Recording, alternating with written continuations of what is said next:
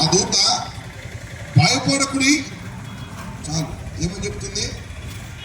భయపడకుడి. ఈ రోజున మనుషులు, దేశాలు భయం గుప్పిట్లో బతుకుతా ఉన్నాయి. దేవుడు ఆదామవలను సృష్టించి ఈ ఏదేను తోట మొత్తం మీకు ఇచ్చాను, ఆ ఒక్క చెట్టు నాది, దాని జోలికి మీరు రావద్దంటే వీళ్ళు ఏం చేశారు? ఈ తోట అంతా మాకొద్దు, నువ్వు వద్దన్న చెట్టు పరమే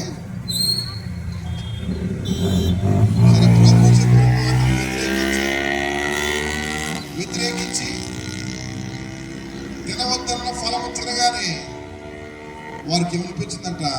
మేము దిగంబరులమని గుర్తించారు. సాయంకాలం పూట దేవుని యొక్క అలవాటు ఏంటంటే వారితో కాసేపు కబుర్లు చెప్పడం.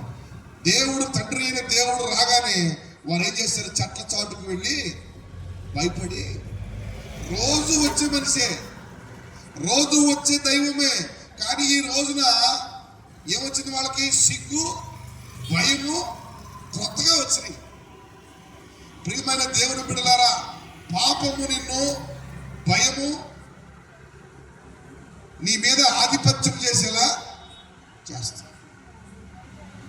పాపము నిన్ను పిరికివానిగా చేస్తుంది.